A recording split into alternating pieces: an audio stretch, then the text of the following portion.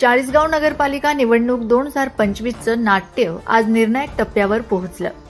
निवडणुकीसाठी दाखल झालेल्या 202 अर्जांपैकी 83 अर्ज मागे घेण्यात आले असून 119 उमेदवार रिंगणात कायम राहिले आहेत।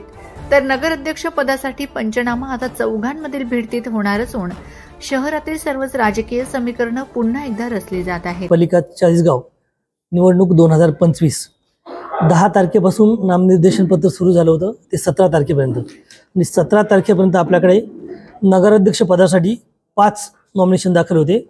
त्यापैकी एका उमेदवाराने माघार घेतल्यामुळे आज 4 नगराध्यक्ष पदाचे उमेदवार अस्तित्वात आहेत। नगरसेवकासाठी पदासाठी 202 उमेदवारांनी नॉमिनेशन दाखल केले होते।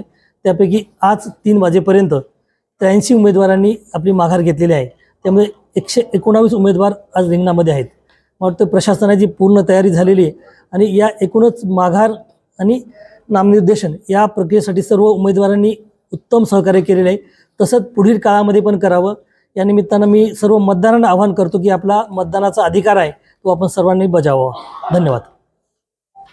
प्रांत अधिकारी प्रमोद हिले यांनी अधिकृत आकडे जाहीर केल्यानंतर आता शहरात सर्वसामान्य मतदारांमध्ये उत्सुकता वाढली असून पुढील प्रचार लढाईला आता वेग येणार आहे। Anand Gangude, India sting news, Chalisgaon.